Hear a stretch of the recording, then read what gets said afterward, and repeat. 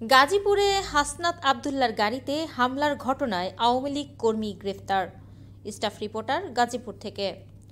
জাতীয় নাগরিক পার্টি এনসিপির মুখ্য সমন্বয়ক দক্ষিণাঞ্চল হাসনাত আবদুল্লাকে হত্যা চেষ্টার মামলায় আওয়ামী লীগ কর্মী খায়রুল ইসলামকে গ্রেফতার করেছে পুলিশ। গ্রেফতারের পর রোববার 18 মে দুপুরে গাজীপুর মেট্রোপলিটন ম্যাজিস্ট্রেট আদালতে পাঠানো হলে আদালতের বিচারক তাকে জেল হাজতে পাঠায়। গ্রেফতার হওয়া খায়রুল ইসলামের বিরুদ্ধে হাসনাত আবদুল্লাকে হত্যার চেষ্টার অভিযোগ ছাড়াও বিশিষ্ট গার্মেন্টস ব্যবসায়ী সৈয়দ রিয়াজুল করিমকে হত্যা চেষ্টার মামলা রয়েছে। গাজীপুর মেট্রোপলিটন পুলিশ জিএমপি এর বাসন থানার ভারপ্রাপ্ত কর্মকর্তা মোহাম্মদ শাহিন খান জানান, খায়রুল ইসলামকে নগরের মোগরখাল এলাকা থেকে শনিবার দিবাগত রাতে গ্রেফতার করা হয়। পরে তাকে রোববার গাজীপুর আদালতে পাঠানো হয়।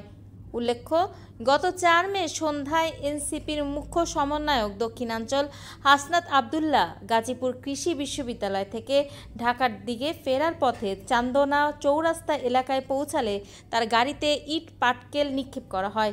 এ সময় তিনি আহত হন।